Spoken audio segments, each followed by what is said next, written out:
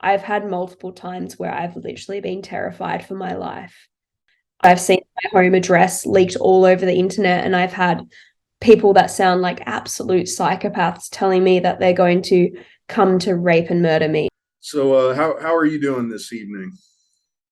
Yeah, pretty well, thanks. Yeah, Yeah, just a quiet, chilled out day, and it's kind of I've been a bit sick this week. You probably saw in my Patreon video. So I've just kind of been chilling out a little bit, and thankfully I'm feeling better today. So yeah, just relaxing and enjoying the weekend. that's good. Do y'all have Thanksgiving in Australia? Probably not. That's a U.S. No. holiday. Yeah, it is a US holiday. Is that already gone or is it coming up? We just had Thanksgiving yesterday in the U.S. Oh, okay. Yeah. Yeah. So I cooked like vegan pumpkin pie and some black eyed peas, vegan mashed potatoes and gravy, and I messed up like the main entree, so I ended up cooking vegan fajitas like for my mom instead. She lives a little bit out of town, so Nice. yeah, Sounds good. Amazing. it it turned out good anyway. Yeah, awesome. All right, are you ready for the questions? Yeah, sure am. I'll I'm try ready to not to make it an interrogation here. go. That's fine. I'm used to all types of interviews, so whatever comes my way, Yeah, I'm ready. and just to throw it out there, I really enjoyed the Patreon video. I feel like that's unique compared to the rest of your content. So, shameless plug. Subscribe to Tasha's Patreon to see awesome videos that aren't on her YouTube or other accounts. So, Thanks for the feedback. I appreciate it. As I said in the video, like I've been meaning to put a bit more effort in my Patreon and obviously want to give back in some way that I can to the people like yourself that support me and allow me to do my activism full time. And I thought, yeah, let's just keep it like really real and raw and just go with the flow and make cool content and see what happens from there. So I'm looking forward to doing it a lot more consistently from now on. nice. Okay. So the first question is when and how did you get involved in disruptive activism? Yeah, good question. I think it was in 2018 when Direct Action Everywhere actually came into Australia for the very first time, and it happened to be in my city in Perth, which is definitely one of the more isolated cities in Australia. So it was awesome that it happened to get started up right in my very own city. And I remember the very first day that they had organized a disruptive protest in a steakhouse. And I was at the Cuba Truth that day. So I was an outreach activist at that point in time. And I was involved with the Save movement and some other forms of activism, but not yet had been involved in disruptive activism. So anyway, I remember the day that I actually didn't end up going to this disruptive protest, by the way, but I was discussing with activists at the Cuba Truth saying, oh, are you going to go tonight? We didn't know what was going to happen because you have to be really careful online when you're discussing locations and what you're going to do. All we knew is that something was going to happen that night. We knew our meeting point, and everything else was unknown. And yeah, I don't know why, but I didn't end up going to this particular protest. I guess I'd done a full day of Cuba Truth and I just wasn't, I guess, the uncertainty of it, I was reluctant to go. Anyway, this disruption happened in the steakhouse and it resulted in a huge amount of media attention. This is something that Australia hadn't really seen yet in terms of disruptive animal rights activism. So this was like Right, a right. really big thing that gained so much traction. And as an outsider, I thought, well, obviously the way the media report on animal rights activists, extremists, terrorists disrupting the steakhouse and the way that everyone was reacting to it, in my mind as an outsider, seemed really negative. So I really kind of thought to myself, I feel relieved that I didn't go to this protest because I didn't understand it at that point in time. And I thought, I don't know if this is a good thing for animal rights. I don't know. And I'm so glad that I didn't make any more judgments. I didn't say, oh, well, they've done a bad thing. They're giving me a bad name. Like, I didn't think in that way. It was just that unknown and sort of starting to question it. And I'm glad I remained open-minded, because it was very soon after I ended up doing my first disruptive protest with DXE here in Perth. And that's really when I realized through my own experience of doing that protest why it's so powerful, because you're able to generate media attention. And we were just getting consistent media attention for a solid year, just doing all these different forms of disruptive protests and taking direct action. And we were just getting the entire city to, have all eyes on us and talk about animal rights. Like, it was just what everyone wanted to talk about. It was on the front cover of the newspapers, etc. And so yeah, I was pretty consistently involved with all the DXE stuff. And just one day, randomly, another activist who I had become close friends with, we both came up with this like kind of random last minute idea, because she had a cow onesie and she said we should do something with the cow onesie. And so we sort of came up with the idea for her to dress in the cow onesie and go into the supermarket, and for me to film her actually mourning the packaged body parts in the meat section of Yeah, the yeah. supermarket. And we also made a sign that said "Watch Dominion" on YouTube. Anyway, we rushed down to the supermarkets. It was a weekend. We'd forgotten that the supermarkets closed earlier, because good old Perth is so isolated. The supermarkets closed at 5 p.m. on a weekend. Wow. Anyway, so we go Is into that this every dead weekend or just that weekend? every weekend. There are a select few like 24/7 supermarkets, They but close like at 5 p.m.? What yes. the heck? I'm in the middle of nowhere, like in Arkansas, and I mean, our Walmart stay open until 11 p.m. Yeah, right. It's completely different in almost every other state in Australia. Like, if you go over east to like Melbourne and Sydney, where they're the biggest cities, like that's the time will be similar to what is in the US. It's like Perth is literally one of the most isolated cities in the world, and that's literally what it's like here. It's crazy. Anyway, so we had 10 minutes until the supermarket closed at 5 p.m. It was dead quiet, but we're like, well, we're still going to go ahead. Like, it wasn't actually a disruptive protest. Were you nervous for your first disruptive protest? I don't think so, because I knew at that point in time, like, because I had been used to kind of chanting and more disruptive styles of the DXE stuff I was doing. This one was Right. actually more of a silent protest. But this sort of led me into the activism that I do today, which I'll get into in a moment. Okay. And it was just me filming her. So I didn't really feel nervous at that point in time, because I knew, well, I'm just going to film her. It's dead quiet in here. Like, it doesn't matter. Anyway, this video ended up getting international media attention. It was literally just maybe a 1 or 2 minute video that I took of her. She was on her knees, dressed in the cow onesie, um, with the packaged flesh in her hands, mourning it. Yeah. And Can you remember it, some of the outlets that covered that story? The I definitely remember Unilad covered it. I think they're a pretty big media I've heard of platform in them. the Yeah. UK. Yeah. And it definitely made local kind of Australian news on Channel 7. It probably got Daily Mail and a couple of other media outlets, but I can't be certain from memory. But I definitely remember Unilad did something about it. And it ended up getting millions of views online as well, which was great. And obviously she had the sign with the Watch Dominion on YouTube. So we started seeing comments on Dominion on YouTube saying, I'm here because of the girl in the cow onesie, That's with great. thousands of people reacting to it. So that's when I realized, okay, I think I've actually found something really powerful here.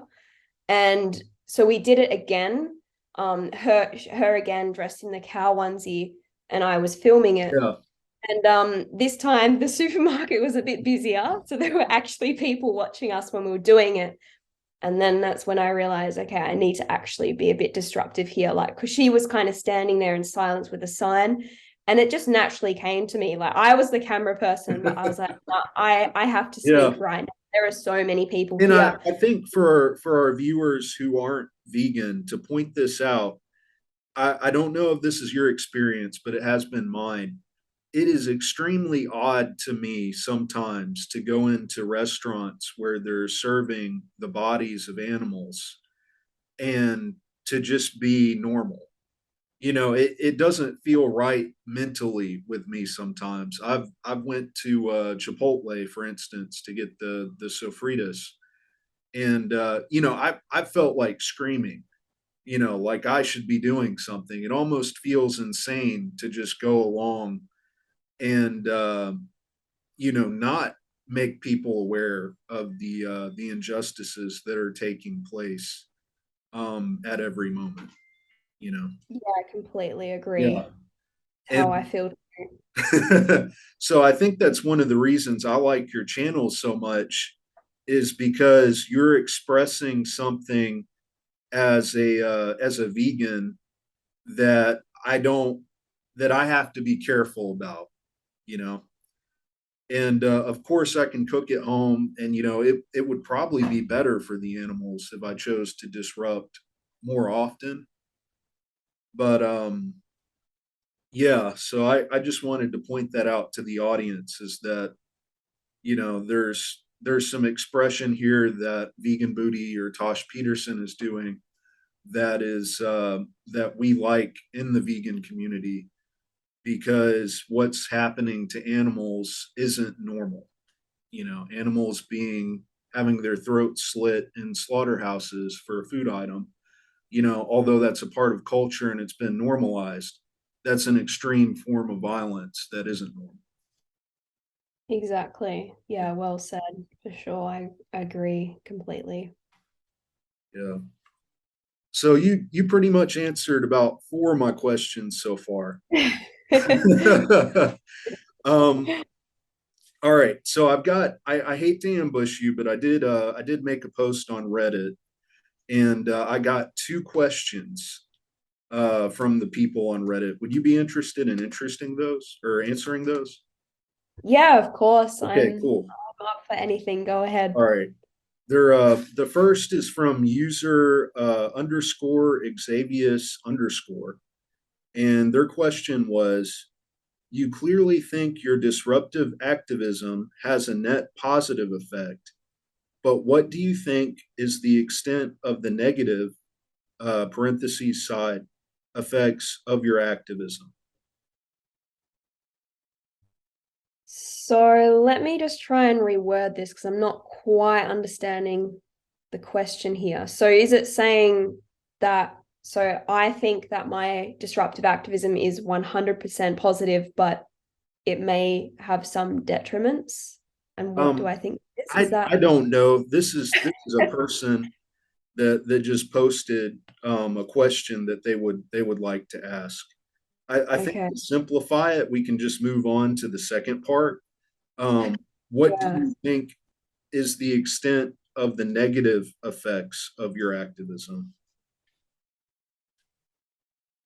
Well, I honestly don't think there's anything negative that comes with taking action for animals, whether it's a form of disruptive protest or going and outreaching. I think speaking up for animals in any form, so long as it's in a non-violent manner, is a positive thing. So I wouldn't really say that there's anything negative about it. Of course, it comes with like a tremendous amount of negativity that's put onto me personally and my personal life. Like, I get Yeah, death threats, etc. But um, it's nothing in comparison to what animals are subjected to. So I wouldn't say that there's anything negative that comes with it in that sense. I've been able to reach millions and millions of people around the world with my message for animal rights. So that is an incredibly positive thing in my mind.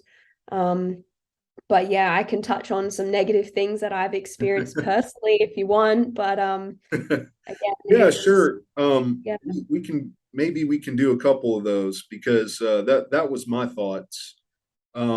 Responding to that user really fast. Yeah, I don't think that these people who are leaving negative comments online had a positive opinion of veganism beforehand. And I think that action is better than inaction, and that's kind of the activism that Tosh does. But we'll go into the negative personal effects really quick. I hope I didn't break up your train of thought too much.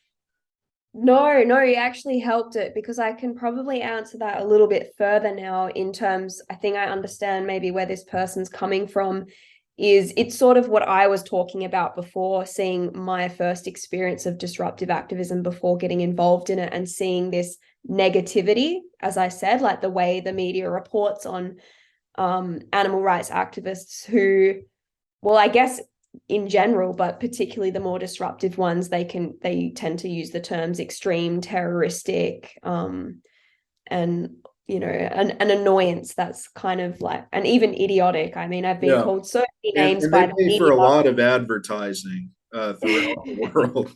you know?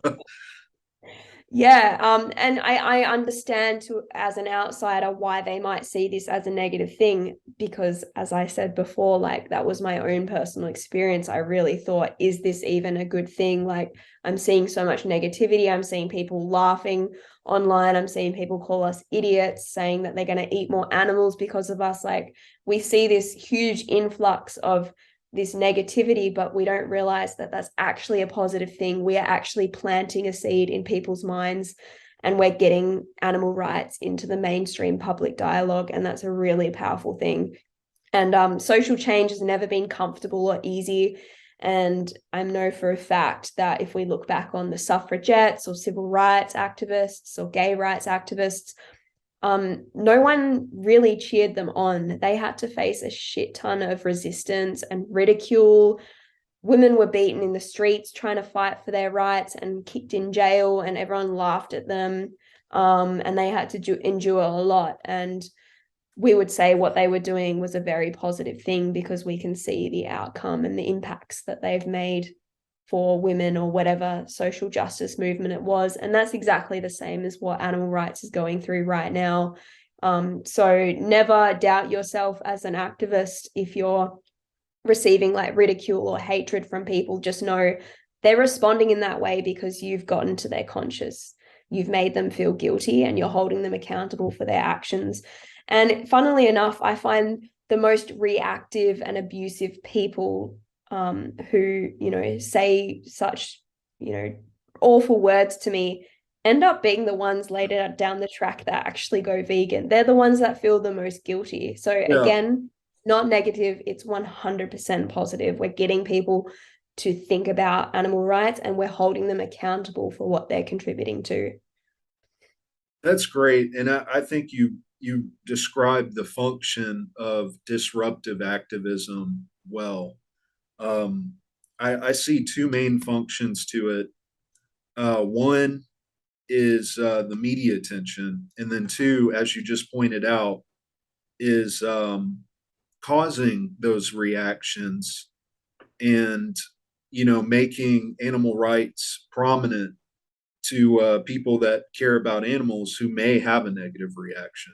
And those are the people that they feel bad about hurting animals. Some people are indifferent, but if they feel bad, those are probably some of the people that lash out, like you were saying.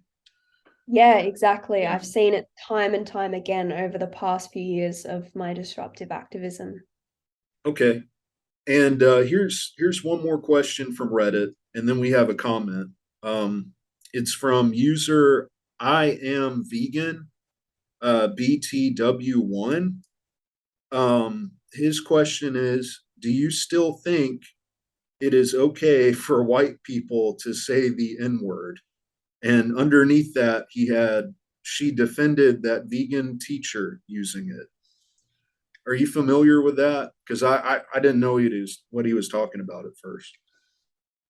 Yeah, I know the whole like controversy controversial thing about that vegan teacher. I don't recall actually specifically defending her on the time that she Right. used that word. However, initially I really thought, God, why has she done this? Like, I'm not really understanding it. Obviously, we think of that word and it's something that we know we should never ever say. But I understand where she's coming from when she did this particular video. She was trying to make a point that hurtful, derogatory kind of words used in our society, such as the N word, shouldn't be censored and it should be turned around and used in a positive way. And that's all she was saying. She was not Yeah. being racist at all, like Yeah. 100%. She was And trying to make a powerful point here. And I agree. And I think it's frivolous to suggest that you, Tosh Peterson, vegan booty, or that vegan teacher are racist.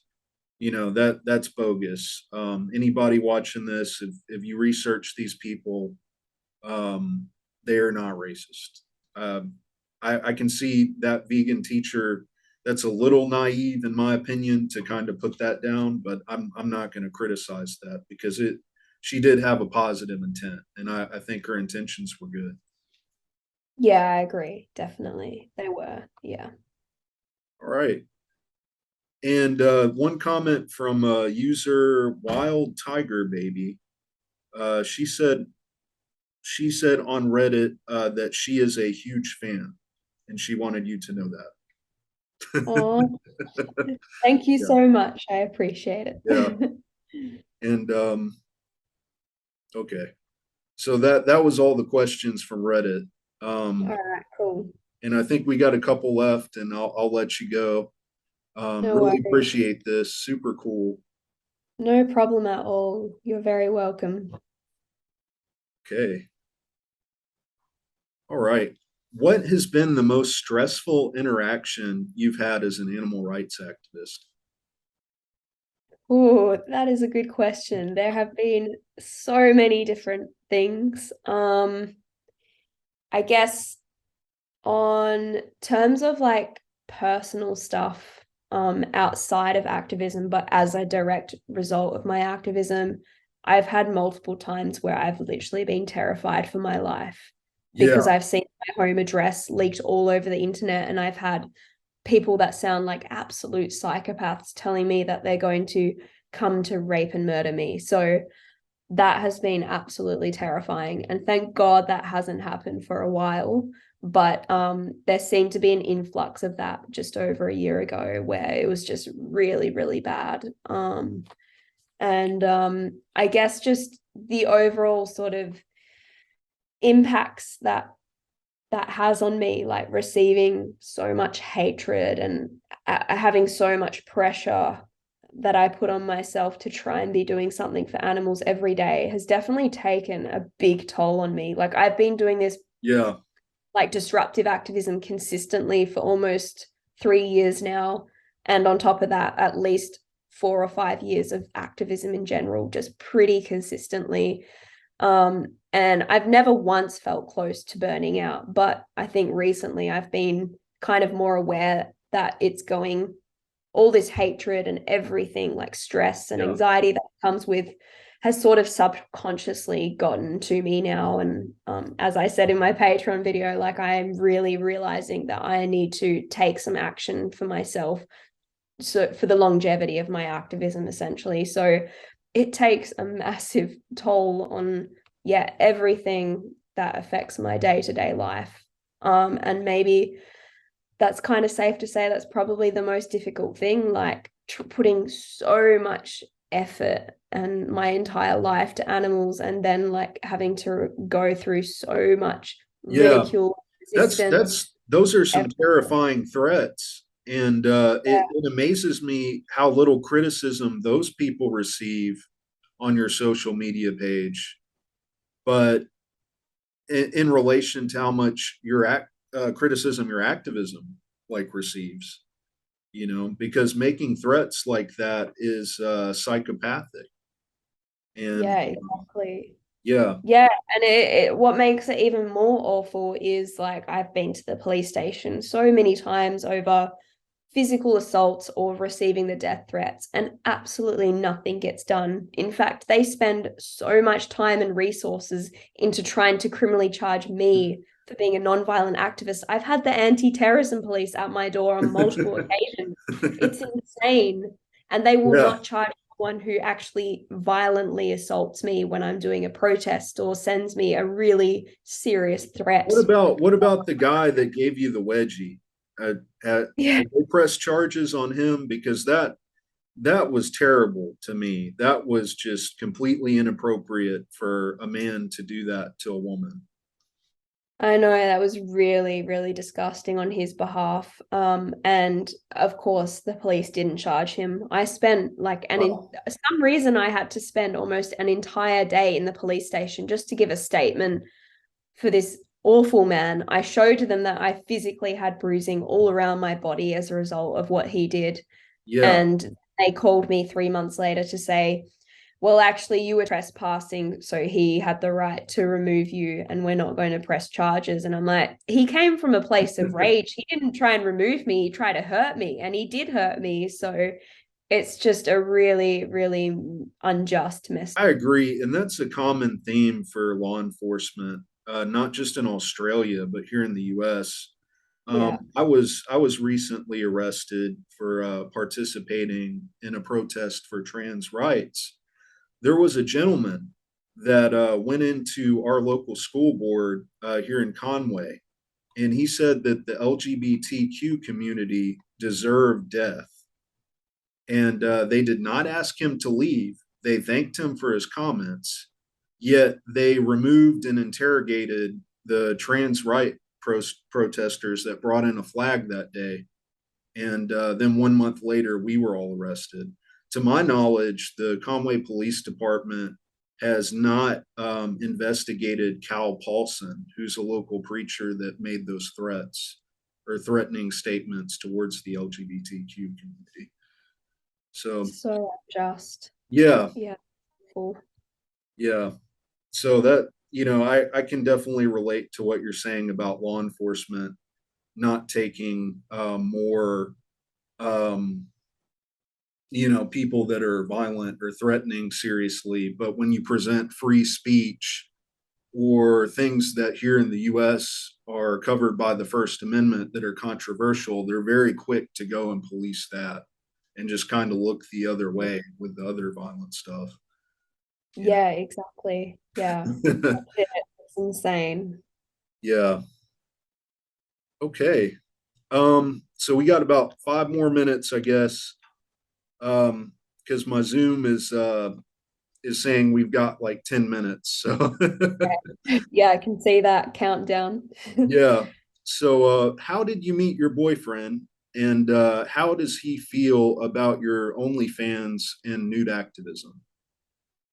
Yeah, so I met my boyfriend through animal rights activism. So we had known each other for probably a couple of years before we actually started to develop a proper like friendship, and which turned into a relationship, which happened over COVID.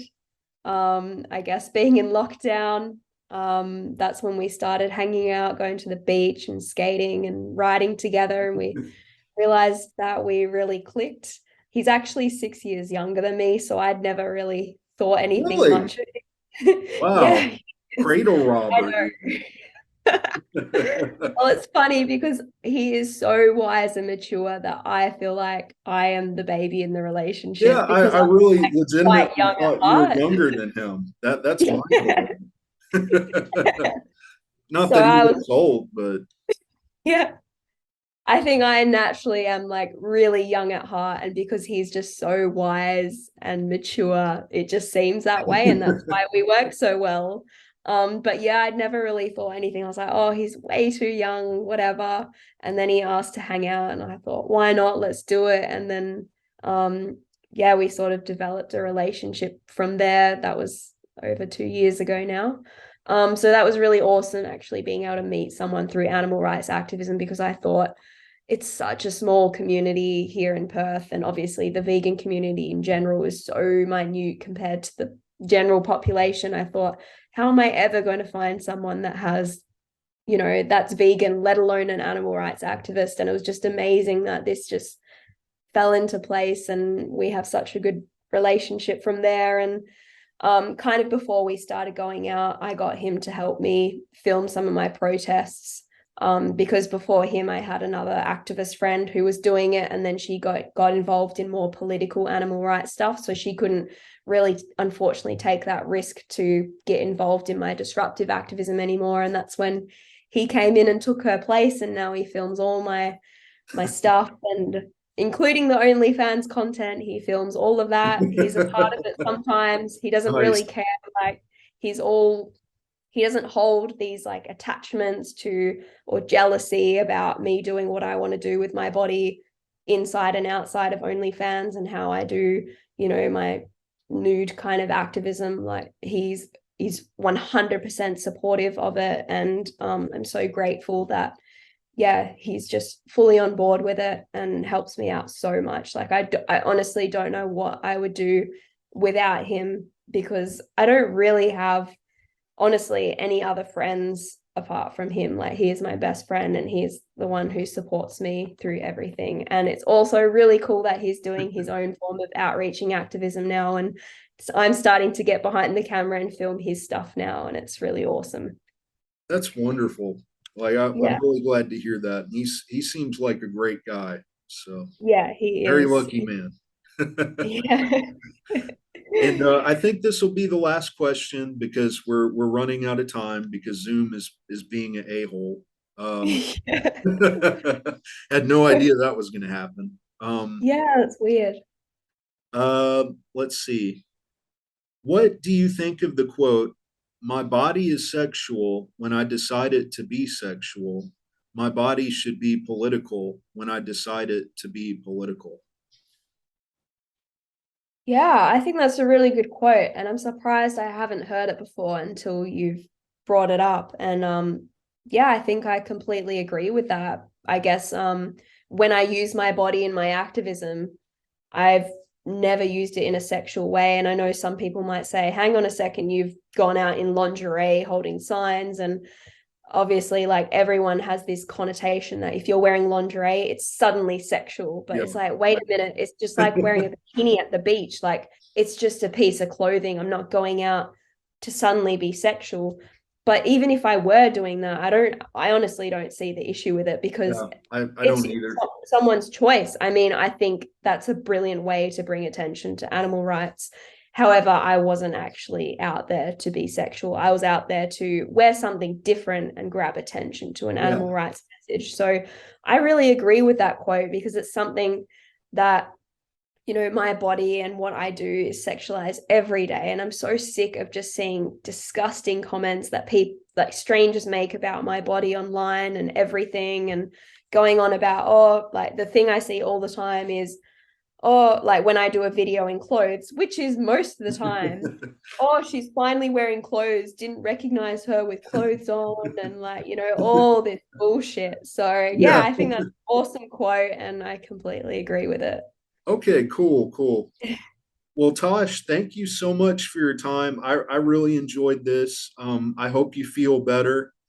And I really enjoy your channel. Once again, to anyone that watched this, Tosh has a Patreon, and there's some very unique content there, and definitely an inspiring activist, and one that I'm personally inspired by. So, yeah. Thank you so So, much for the chat. I appreciate yeah. it. And I appreciate your support so, so much. And yeah, it was awesome to actually meet you face to face on the web.